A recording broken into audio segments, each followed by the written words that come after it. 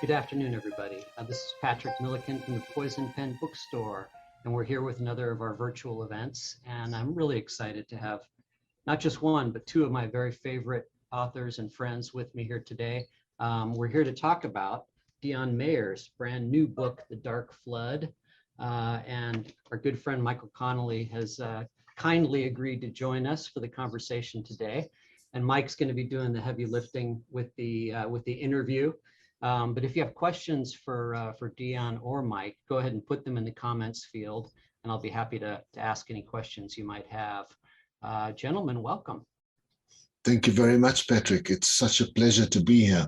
It's great to see you both. And it's funny, I remember, oh gosh, it's been a few years now, but you were both here. I first met you, Deon, when Mike, a number of years ago, Mike had a habit of taking authors out on the road with him, and it was great. I remember one year you took George Pelicanos, if I'm not mistaken, and then one year went on the road with Deon, and we had a program for, I think it was, Dead at Daybreak, maybe?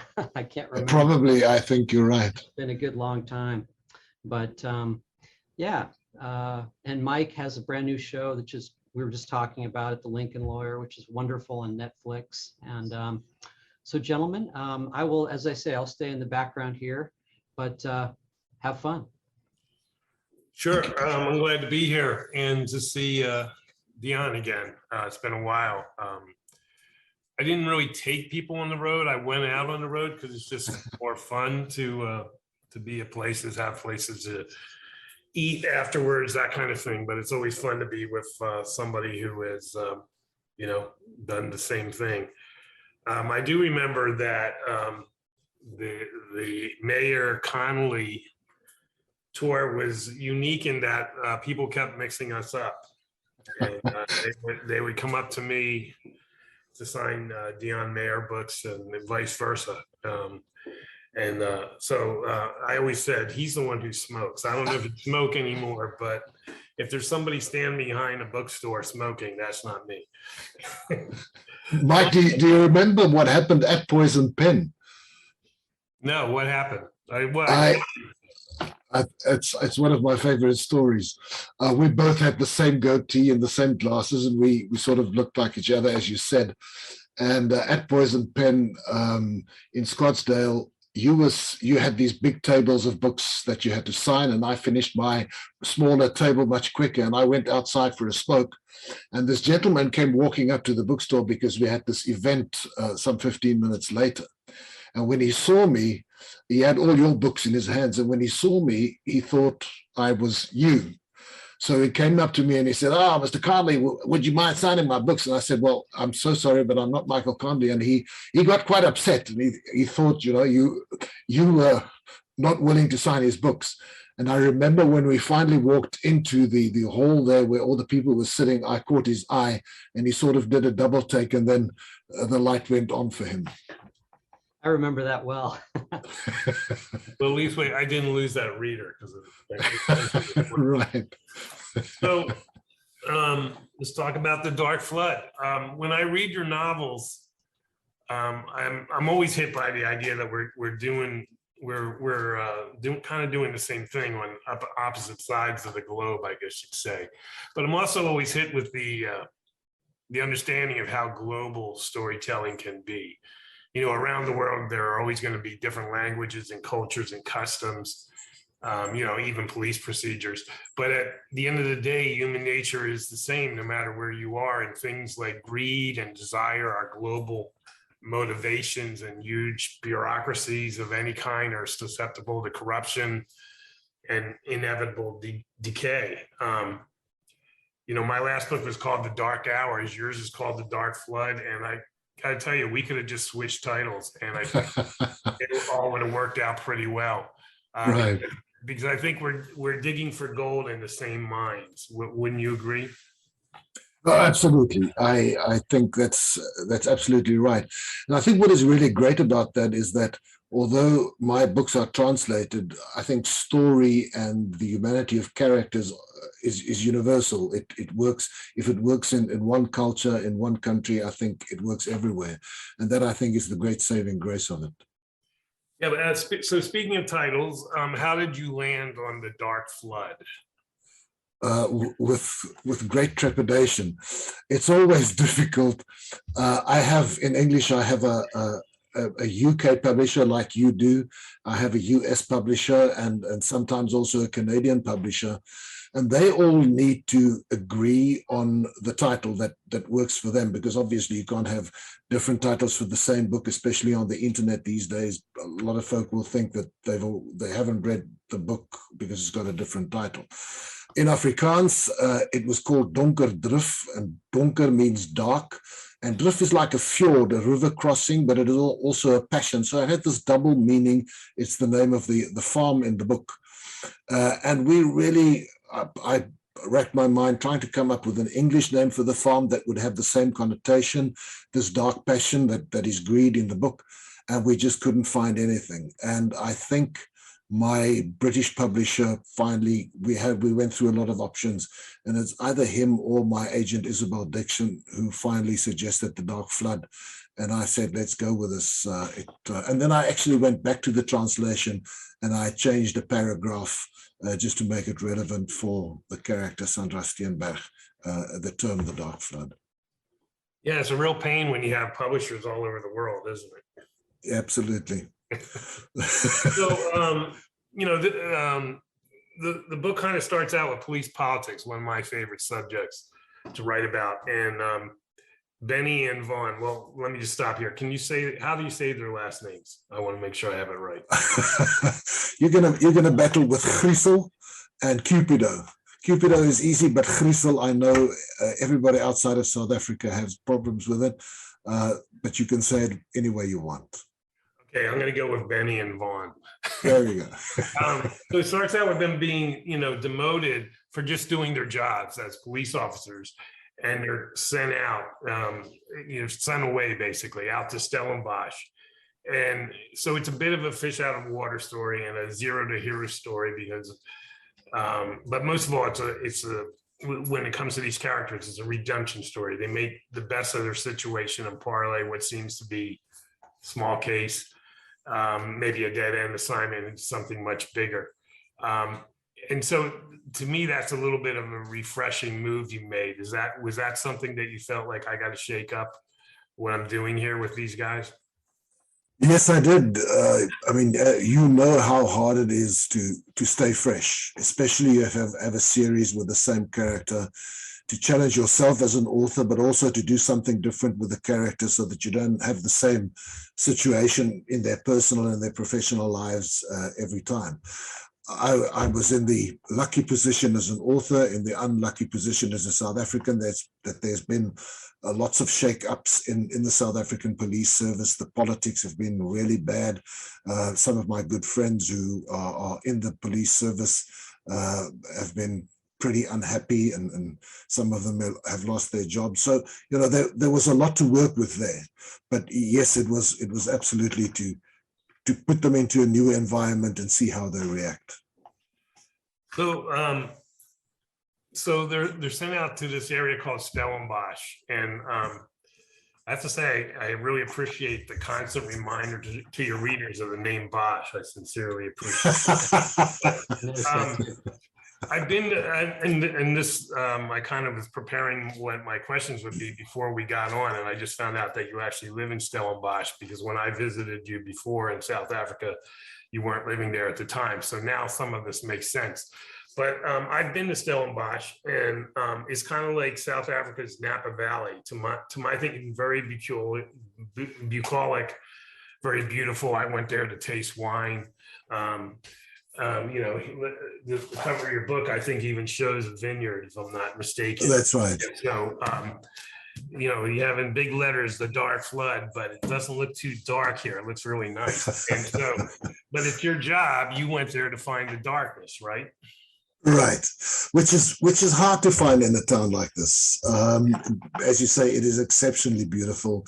The mountains, the vineyards. It's a student town, thousands of young people. There's a vibrance and a dynamic to the town that is incredible. It is also the technological hub of South Africa, the place where a lot of startups begin in South Africa, the digital startups. So it's got an incredible vibe. It's also got a lot of very wealthy people who live in certain parts of the town. And then obviously you also have the poverty of the township right next door. It's a fascinating place, but yes, it is absolutely beautiful. To use such a setting and go look for the dark places is always a great thing, because you can set the one against the other. I love that in the writing process. Yeah, the clash of darkness and light. A lot of this is about greed as a motivation. You look around anywhere in any place, and that's not too hard to find. Again, this is global storytelling. But was there a particular thing that happened to you or that you observed that struck you in regard to, this overarching thing of greed that then motivated the story? I mean, the villains in the story are motivated by greed. What motivated Deon Meyer to write about greed and its consequences? It was a sort of an accumulative process. First of all, our former president turned out to be a very greedy man, an incredibly corrupt man.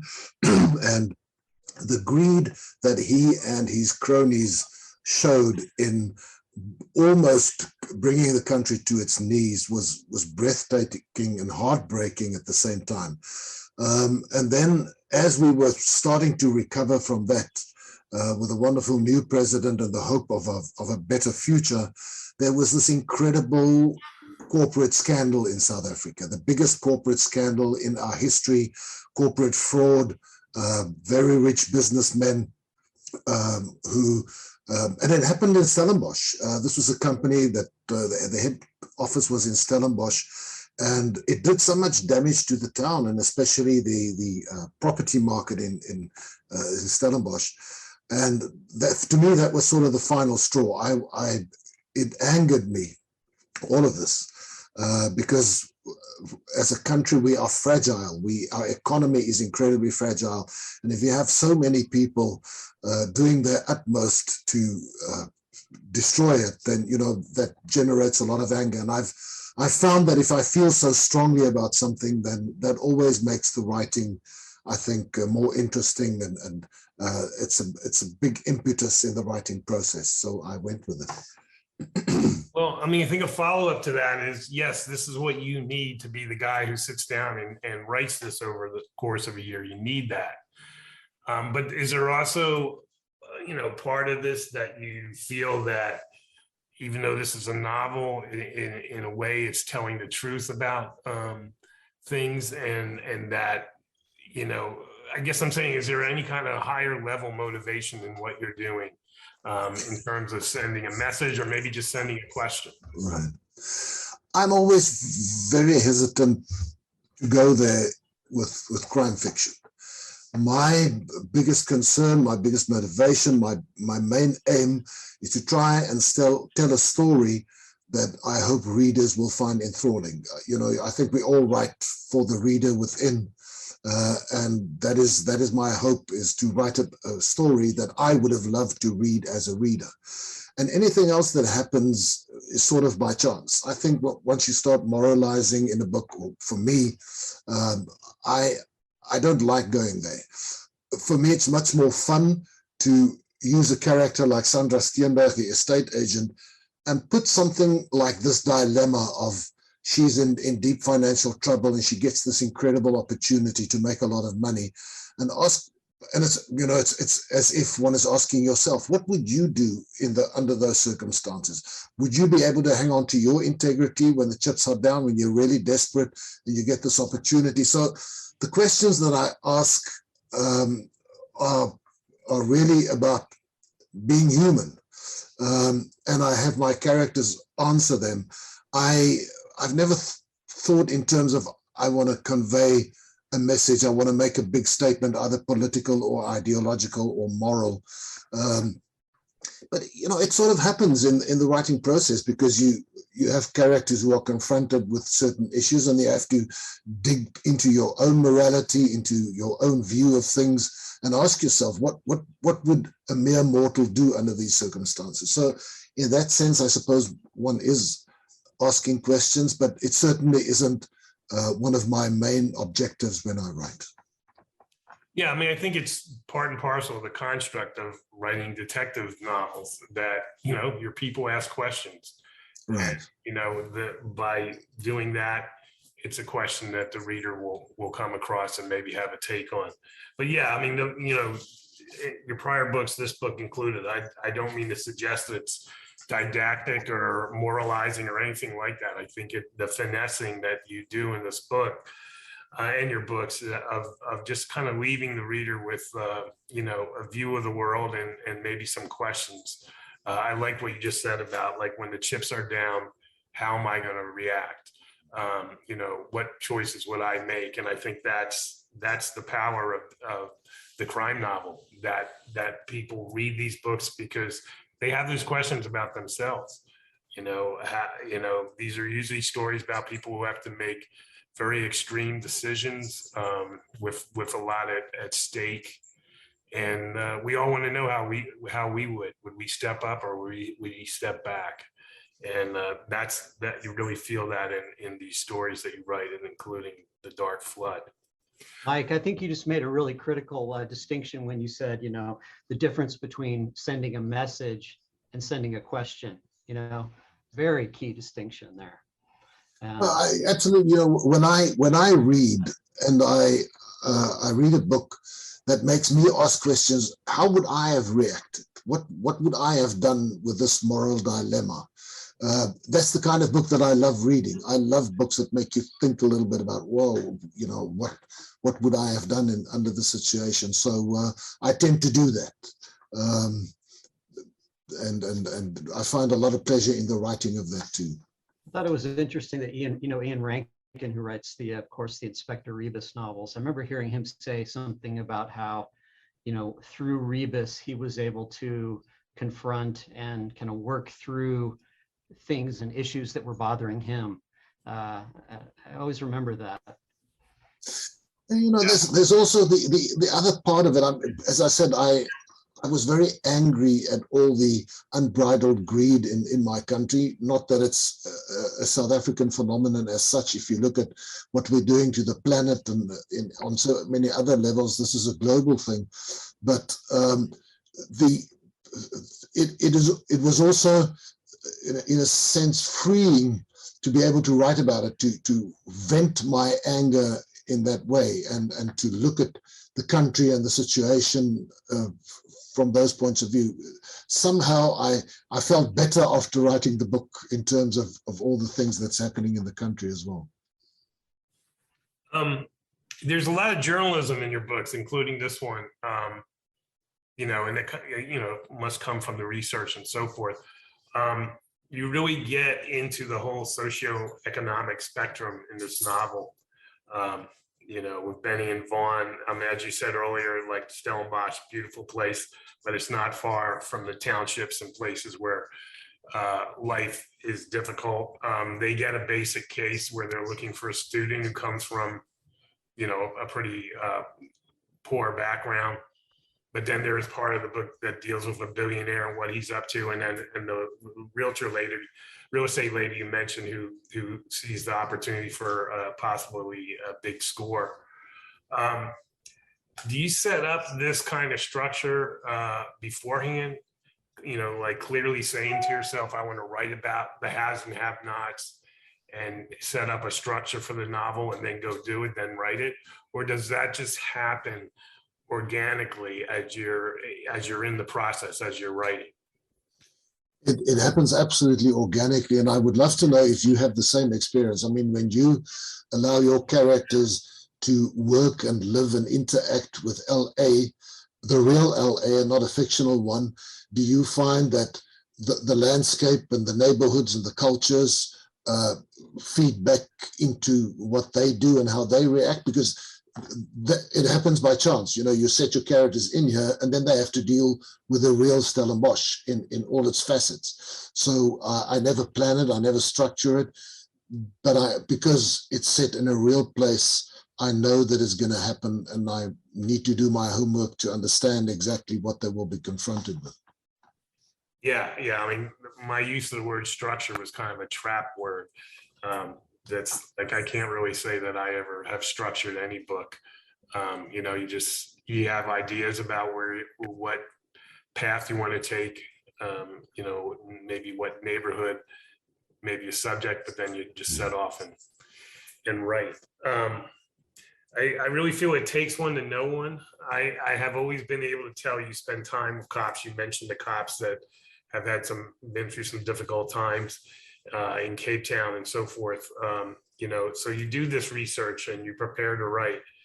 But this is a semi fish out of water story in that these two guys, get posted far outside of the places that they know so well. And yet you are not a fish out of water. I just found out you live in Stellenbosch. So once again, there is this aura of authenticity in the book, of verisimilitude.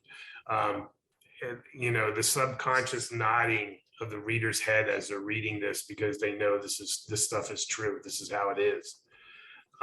Did you have to start over? I mean, I don't know when you moved to Stellenbosch, but did you start over and do research with new cadre of cops and investigators in Stellenbosch, or were you able to just carry your knowledge and your sources and so forth over to the story that is in Stellenbosch? That's well spotted, Michael.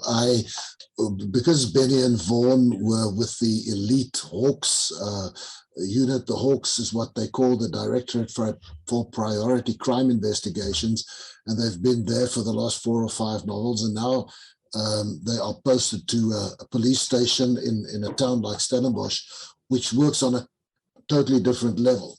And all my contacts for the last, I would say, decade has been with the Hawks, and I spent some time with them, and I had to start from scratch. So, but luckily, I'm not sure that you have the same caliber of chief of detectives in LA. Our Western Cape chief of detectives is also a brilliant author and a lovely man and a good friend of mine, and he organized for me to have access to the Stellenbosch police station and the detective unit that sits separately. And I was able to spend some time with them and, do my initial research. And then, as always happens, you have more and more questions. And I had several of the detectives that I could go back to with every small detail to make sure that it was right. It was an education. It's such a different environment. The guys work much longer hours. You got to respect them. And I made some really good friends, and it was a fascinating experience. That's great. I mean, that's amazing when you have that kind of access. And I'm sure some of the people watching here go like, well, if I had that access, I could write a novel too. I mean, that's everything, but it's not. That's just window dressing on character. And these guys, Benny and Vaughan, really stand out. What do you like most about pairing Benny and Vaughan? What do you like most about writing about these two guys? Well, it's a funny thing. I mean, I started out with Benny on his own, and then Cupido sort of insinuated himself into the novels. And there was a dynamic that started between the two because Benny is the alcoholic. I think he had a much darker view of life and humanity, especially in some of the earlier novels. And Vaughan, coming from a different culture, coming from the Cape Malay, Cape Flats culture, he speaks a different version of Afrikaans. His whole point of view, his life philosophy is much different to Benny's. He's light, he's funny, he's full of self-confidence. He's incredibly proud of having achieved what he had done, while Benny has got a bit of a chip on the shoulder. And that dynamic became incredibly useful for me because I could play the one off the other. I could use both of them. And there are different types of cops. Vaughan is a very instinctive, sort of a knee-jerk, quick reaction detective. Benny is much more slow and ponderous, and that also made for interesting dynamics in terms of how they approach. The one thing that I love most about writing them at the moment is the dialogue between the two. I sometimes, the stuff that Vaughan comes up with makes me laugh while I'm writing it. And when that happens, you know that, this should be fun to read. Yeah, it's weird to say this about a book called The Dark Flood, but there's a lot of humor in this book, and it is in the dialogue. But sometimes their relationship reminds me of Crate and Barrel from the Bosch TV show. How much is that front of mind when you're writing that? I'm taking my readers across some dark stuff here, and you got to pop in some levity every now and then. How important is writing, having humor in what essentially is hard-boiled detective story? It's when I read a book, and I think humor works at its very best when the moment is darkest or the suspense is at its highest. Humor is an incredible release valve to change the timbre of a scene or of a chapter. So I think it's incredibly important. But humor, I think, is also an incredibly dangerous thing to try and force onto a character or a situation or into a story. So I'm very careful. Luckily, Vaughan and his culture sort of brings forth certain views of life. He doesn't take life or himself too seriously, and it sort of happens on its own. But as I say, you have to be careful not to push it, not to try and be funny, because you'll fall flat very, very quickly. Yeah. You write your book in Afrikaans, and then they get translated by someone else. Are you ever, maybe you have done this, are you ever attempted to write in English or maybe translate yourself? I would never be able to translate myself. Writing a book the first time is hard enough. And when you're finished with it and you know what happens, you know exactly how the story works, to write it a second time would drive me absolute nuts. I also don't think my English is quite good enough to be able to do a decent translator. And I have such a great translator in Laura Seeger. We've been working together for many years now. Our method is that she would do 10 chapters and send them to me, and I will look at them, go through it word by word. She knows the characters, she knows the vernacular. It was very interesting for me when we started working together.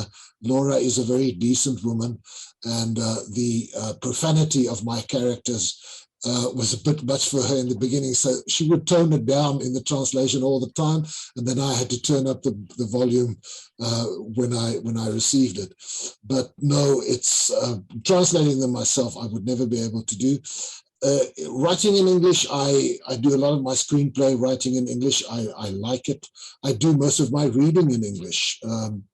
So it feels okay. But, writing a screenplay in English is one thing. Writing a novel in English is a different kettle of fish. I like how not everything is translated. Like the novels, this novel have a sprinkling of Afrikaans in the dialogue when it has to be there. So all these questions I have, they all lead to this most important question. I don't even know if I'm going to say this right, but what is a snot snook? A snot snook. Snook is probably the most delicious fish you'll ever eat. You find it in the waters around Cape Town. It's especially caught in winter. And it's not the big fisher boats that catch them. It's the small guys who have to catch them with a hand line. It's very hard work.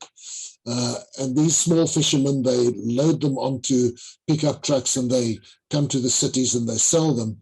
And if they can't sell them quick enough, then some of these snook go bad and they become soft and flimsy and inedible.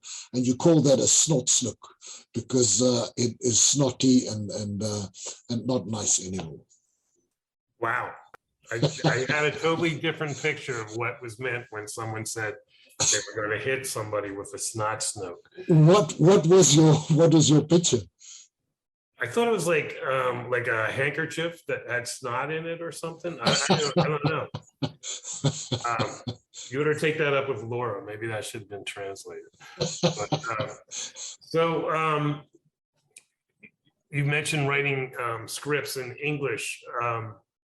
Also, why don't you tell us, we kind of got a heads up on this right before we started, that you got a couple of projects that are moving very quickly towards filming. Can you tell us, talk publicly about this stuff? I've been alluding to it. Unfortunately, both the broadcasters involved have not made the announcement officially. They want to do it with a bit of a big announcement. So what I can say is that one of my books has been turned into a movie. I was involved in the script development myself, and I would love to talk to you about how much you're involved in the Bosch and the Lincoln Lawyer scripts. But then also there's a series coming that I think most people who read my books have been waiting for. And I'm just burning to tell everybody about it. They are about to go into pre-production. It's a UK, South African co-production, and I'm very excited about it. And then there are also two other series on the back burner, but those are the two ones that are about to go into pre-production. And we hope to make official announcement, I think, within the next month. Okay, I'm sorry I brought that up. I didn't realize. No, you're welcome. But please, I'm very curious to know about your involvement with the scripts of both the Bosch series and now the Lincoln Lawyer series. Yeah, I mean, I would say it sounds like what you're doing. If they will have you, then take that opportunity, because you know these characters and these stories better than anybody. So it's refreshing that I think, mostly with streamers, that they're interested in having the originators of these stories and characters be involved. I think it used to be that they just pat you on the head and say, go back and write your next novel or whatever it is you do, and we'll take it from here. There's less and less of that happening, and I think it results in better stuff being made. So when I was asked to be involved in Bosch or Lincoln Lawyer, I said, of course, I'll be involved. It takes more hours out of your day, and yeah, you got to keep. I've always kept in mind, I'm sure you are, that I'm a book writer first, and yes. That's the priority, and that will always be that way. But it's fun to be involved in this stuff. It is indeed. I remember you and I can't remember if it was at BoucherCon in Toronto, where we were talking about this exact same subject, and you gave me some great advice about selling movie rights, and you said, take the money and walk away. And it was great advice until the streamers came along, and now we have the opportunity to be involved, and it is very refreshing and a real privilege. Yeah, I mean, the streaming world has opened up character, I think, and the movie business is all kind of gone towards these gigantic films that, have to make $300 million or they're not interested. And so it's been fun for me, and telling serialized storytelling, not trying to cram everything I know about Harry Bosch into 90 minutes. Exactly. And that's the best part about it. I got one last question for you. Very esoteric, because it's something I've been thinking about, because I hit 65 in this past year. I think this is, how many books have you written? Is this the 14th? This is the 16th. There was one in Afrikaans that was never translated. So I think it was, I think I'm writing the 16th at the moment. So that was probably the 15th. You're right. Okay. And so for many years, you sustained yourself as a novelist, and I know you didn't start out that way. It doesn't start out that way for most of us. I was a newspaper reporter, and I got mad with somebody because I didn't get a promotion or something, and I thought I'd write a book and make some extra money, maybe buy a house or whatever. And now here I am all these years later. What do you do when you sit back and look at your path? Is it a constant surprise for you, or did you know all along that you would end up where you are? It's a constant amazement to me. I grew up in a small gold mining town up on the Highveld, where being an author was never part of one's dreams. You just didn't even dare to dream that. So it was never an option for me. I had to get a job, a 9-to-5 job, and make some money. I come from a blue-collar house in a blue-collar neighborhood, so for me that was unthinkable. And that it happened, and it happened in the way that it did, it continues to amaze me. It's sort of a magical thing that I sometimes want to pinch myself and say, is this really true? I mean, you've had the experience where you walk into a bookshop in France or in Germany, and you see your books there, and you think, wow, this is like a dream. It's a little bit unreal. So for me, it's constant amazement. Even now with the TV series and the movies, I mean, me, a guy from Klerksdorp, having written a movie, it's just unthinkable. Yeah, I agree with you. Same experience for me.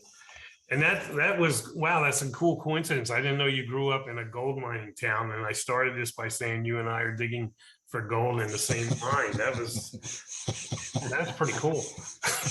Well, anyway, I don't know if any questions came in, or Patrick, you have anything more to add to this discussion? Well, I wanted to ask you, Deon, a little bit about this character in the book who has a great name, Jasper Boonstra. He's a character that seems very, I'm trying to be diplomatic, very familiar to us.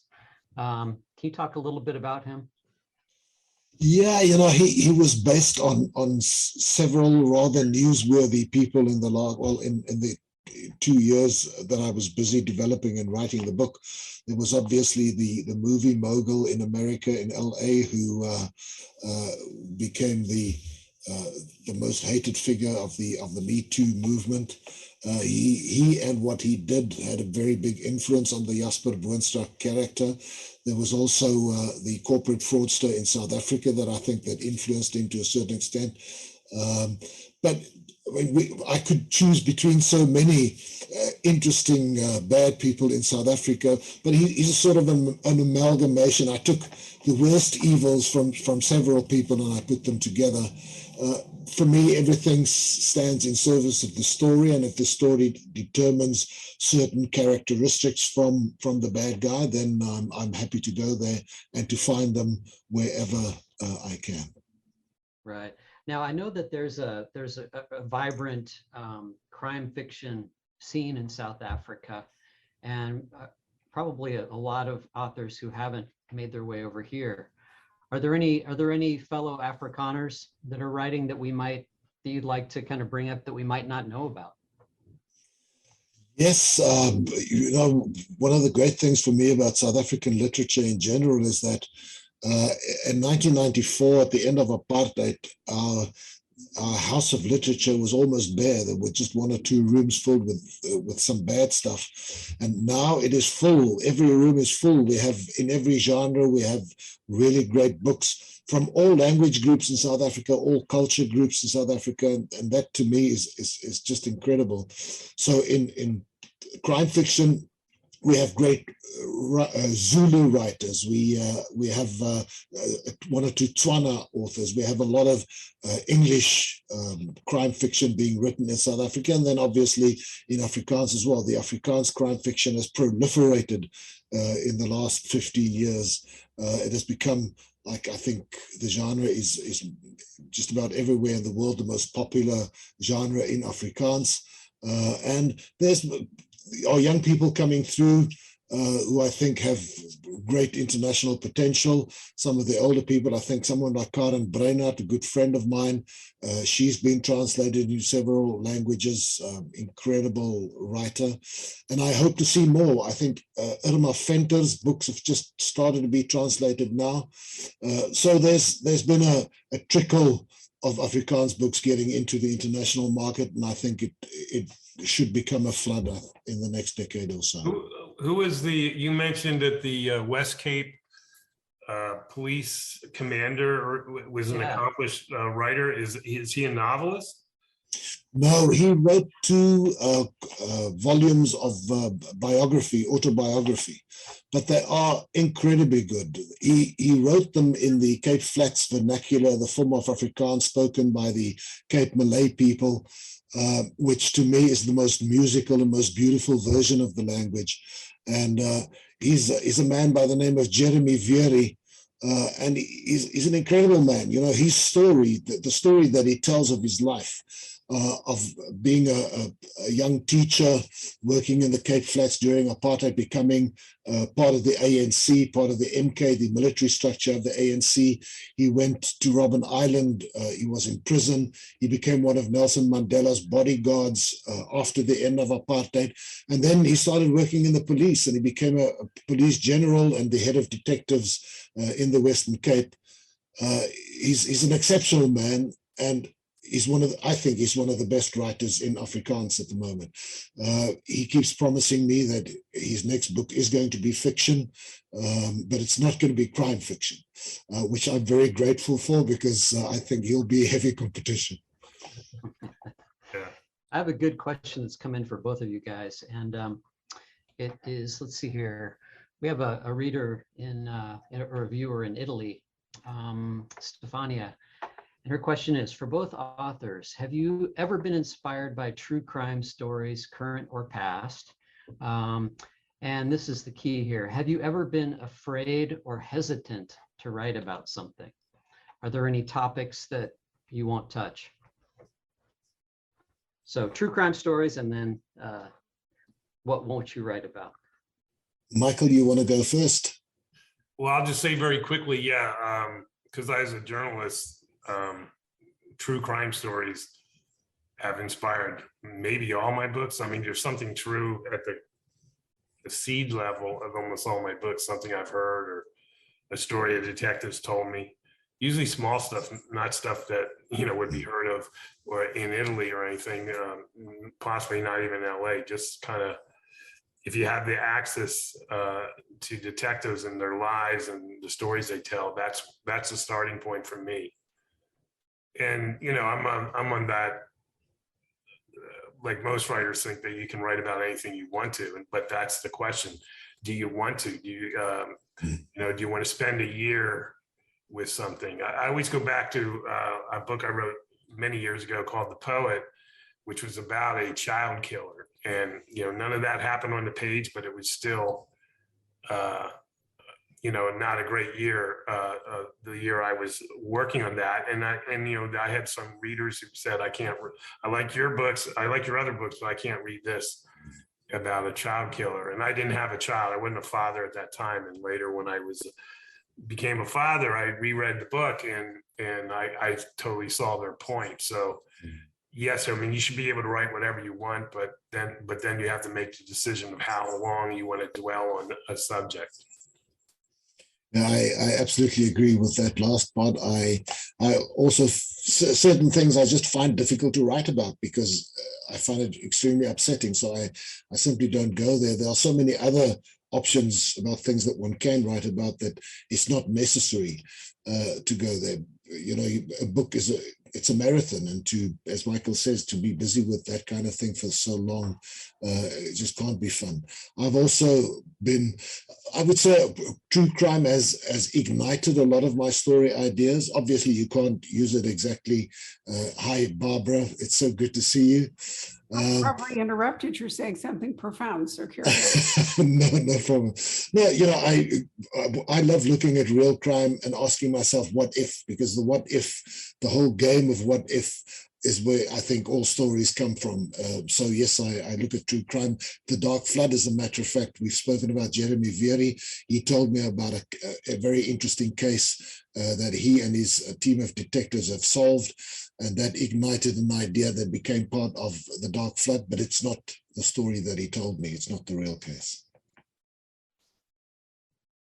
I popped in to tell Michael that we have actually binged on The Lincoln Lawyer. I can't even remember the last time I sat down and watched 4 episodes in one evening. It's amazing. Thanks. Really love the new guy. He gets more Spanish when he gets into, his accent grows when he gets under stress, but he's just wonderful. Yeah, they did a really good job with it. I'm real happy with it. You should be. So my only quick question was, Deon, when are we going to see you again? I mean, I came to Cape Town and couldn't find you, but can you come back to Scottsdale? Barbara, I would love to. My wife and I are going over to New York in December to visit one of our kids who's au pairing in Connecticut. I'm not sure there's going to be time to pop into Scottsdale, but I would love to come back. You know, my experience there was an unforgettable one. I would love to take my wife. She's never been to America. I would love to take her to Scottsdale. And we started playing golf, Marianne and I, a couple of months ago, very badly. But I see that there are great golf courses in your part of the country. So we might come for that too. That'd be wonderful. Well, you can't really pop in from New York, but nonetheless, December is a great time. Right. Michael, we're going to see you in November, I hope. Yeah, I got my book's been turned in, so. Oh, that's exciting. Well, I'm going to depart because I'm actually on my way out the door with puppy care, being a new parent. But I just wanted to say hi to both of you. Hi, Patrick. Nice to see you. I'll see you at 5 with Chris Holm and James Rollins, right? Sounds good. Great. Bye, Barbara, guys. thank you very much for hosting this, Barbara. I appreciate it very much. Oh, no, Thank you. it's not me, it's Patrick. But I'm glad you guys got together because I know Mike is such a big fan of your work, and so are Patrick and I, Deon. It's lovely to see you. Bye. Good to see you Good too. to see Bye-bye, you. Barbara. So Mike, just quickly, The Desert Star. I was very encouraged when I saw that title, but it's not Arizona, is it? It's California desert. Yeah, it's Mojave, Death Valley. Cool. I'm sure they have the Desert Star flower in Arizona. What can you tell us anything about it? Just a little glimpse. Well, I mean, it's funny. Deon was talking about asking questions in books as opposed to making statements. You know, my very last book ends with a question about where does Ballard go from there? She's given a choice basically, and then I just ended the book. So I let readers think about that for a year. So that question, like where she goes next, is answered in this book, and she once again works with Harry Bosch and kind of works on his white whale case, a case he never solved, when he was carrying a badge, and and it's a little bit of a travel book. They follow this case to Chicago and then to Key West. And so that was all kind of fish out of water for me. Maybe I should have sent him to Stellenbosch, where with his last name, the drinks would be on other people, I'm sure. But yeah, it was fun to write. I went to these places to do a little bit of research and then to write stories. And Deon, I know this book is just out, but I'm sure you're hard at work, or maybe have even finished a new book. What's next for you? I'm very far from being finished, but I'm working very hard on a new book. And again, something a little bit different. It's a Benny and Vaughan novel, but there's some other elements that I haven't tried before. Oh, cool. Let me see if there's anything else that has come in here. Okay. Yeah. Quick question about the pandemic. I know it's not something we're also tired of the damn thing. You know, Mike was the first writer that I can think of that actually kind of addressed it a little bit in fiction, in crime fiction. How has it been, Deon, in South Africa? And, you know, how are you dealing with it in your work, or are you? Let me just say that the first 2 lockdowns in South Africa, when COVID came for the first time, was pretty tough for most people in South Africa. The lockdown was incredibly harsh. But I think as a country, and especially in terms of the number of people who got seriously ill, I think our numbers are a bit better than most of the rest of the world. For me personally, it was actually a godsend, because I had such a full year, and then suddenly the calendar opened up and I could finish The Dark Flood, which was really great for me. I've made the conscious decision in the book that I started now not to include COVID in any way. I'm so sick of it. I'm so sick of wearing a mask. I duly wear it when I have to. But you know, it's been such a frustration, and I'm not sure I want to go there. So I'm hoping, I'm writing it as a post-COVID novel with almost no reference to it, hoping that it won't come back and become a huge deal in South Africa again. So I'm taking a little bit of a gamble. How Yeah, about you, the Mike? same thing. Same thing. And Yeah. Desert Stars, to me, it's a post-COVID novel. Let's hope it stays post-COVID. Yeah, absolutely. It's funny. The Dark Flood, the title could be a Connelly title, couldn't it? It does. Yeah. Well, gentlemen, this has really been a great hour. Thanks so much for spending it with us, and for everybody watching. Of course, here are the latest books: The Dark Flood, just out by Deon Meyer, and here's Mike's most recent book, The Dark Hours, Desert Star, coming in November. Gentlemen, any parting thoughts? Or I just want to have Deon agree that we should make a reunion tour and at some point show up at Poison Pen in person next time. I'll be there, Michael. Give me a date and a time and I'll definitely be there. Thank you so much, Michael, for doing this. I really appreciate it. It was great seeing you again. It's great to hear that the family's all doing well. And Patrick and Poison Pen, thank you so much. If it's tough not to be there in person, but to be able to do it with you guys in this way, it's a privilege. Thank you so much. it's a treat and an honor to see you again. And you too, Mike, as always. All right, gentlemen. Well, thanks so much. And we will be seeing you soon. And thanks everybody for tuning in this afternoon. Yeah, thanks. Thank you. Thank you, guys. Good night.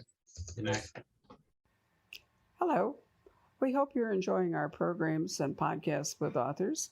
We'd like to expand them, and your help would be appreciated. Please make a donation at poisonedpenfoundation.org. 100% of the proceeds will go to help connect authors with readers in this difficult time. Thank you.